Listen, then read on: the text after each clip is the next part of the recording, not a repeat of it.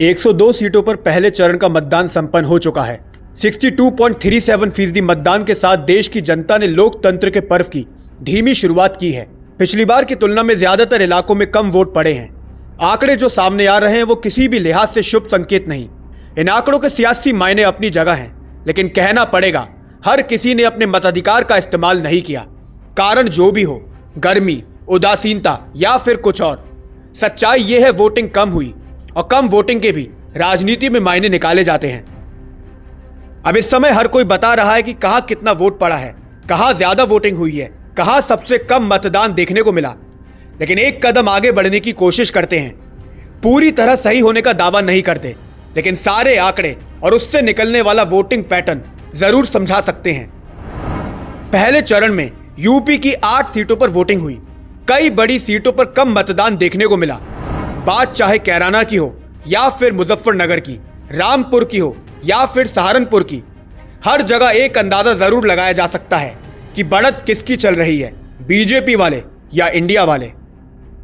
शुरुआत यूपी के कैराना से करते हैं। इस बार कैराना में 61.17% मतदान हुआ है।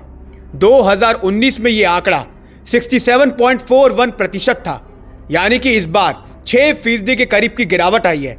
लेकिन अगर बात 2009 के चुनाव की करें, तब कैराना में 56.59% वोटिंग हुई थी। बसपा ने वहां से जीत दर्ज की। लेकिन 2014 के चुनाव में आंकड़ा 73.08 चला गया, यानी कि 17% के करीब वोटिंग में इजाफा देखने को मिला। उस बड़े इजाफे ने ही बसपा से वो सीट छीन ली और बीजेपी का कमल खिल गया। इसके बाद 2019 में 6% मतदान कम हुआ, लेकिन जीत बीजेपी की हो गई। इस बार तो वोटिंग प्रतिशत 6% और गिर गया है। बीजेपी इस पैटर्न से बहुत ज्यादा खुश नहीं होने वाली। मुजफ्फरनगर की सीट पर भी सियासत दिलचस्प देखने को मिली है। यहां पर इस बार 59.29% वोट पड़ा है। बीजेपी ने यहां से एक बार फिर संजीव बालियान को उतारा है। सपा ने हरेंद्र मलिक और बसपा ने दारा सिंह प्रजापति को मौका दिया है। मुजफ्फरनगर में 2009 में सिर्फ 54.44% वोट पड़े थे। वहीं 2014 में मोदी लहर के दौरान वोटिंग प्रतिशत बढ़कर 69.74 पहुंच गई, यानी कि एक तरह से 15% का बड़ा और निर्णायक इजाफा देखने को मिला। लेकिन असली खेल 2019 में हुआ, जब 68.20% वोटिंग हुई। ना बड़ा उछाल, ना बड़ी गिरावट, फिर भी बीजेपी ने वो सीट जीत ली। ये बताता है कि अगर एक्सट्रीम वोटिंग होगी तब भी परिवर्तन दिखता है। अब मुजफ्फरनगर में इस बार 9% कम वोटिंग हुई है। क्या इसे एक्सट्रीम वोटिंग माना जाए?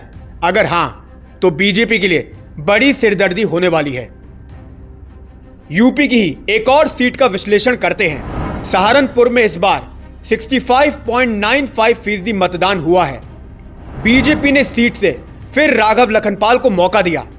इंडिया गठबंधन ने इमरान मसूद को उतारा है और बसपा की तरफ से माजिद अली बैटिंग कर रहे हैं। इस सीट पर 2009 में 63.25% वोट पड़े थे। 2014 में 74% और 2019 में 70%। अब इन 10 सालों में एक बार वोटिंग प्रतिशत 11% तक बढ़ा, फिर सिर्फ 4% के करीब गिरा।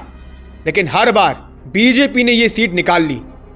इस बार 5% वोट और कम पड़ा है, लेकिन अभी तक का रिकॉर्ड बताता है सहारनपुर में वोटिंग कम हो या फिर ज्यादा, बीजेपी जीत जाती है।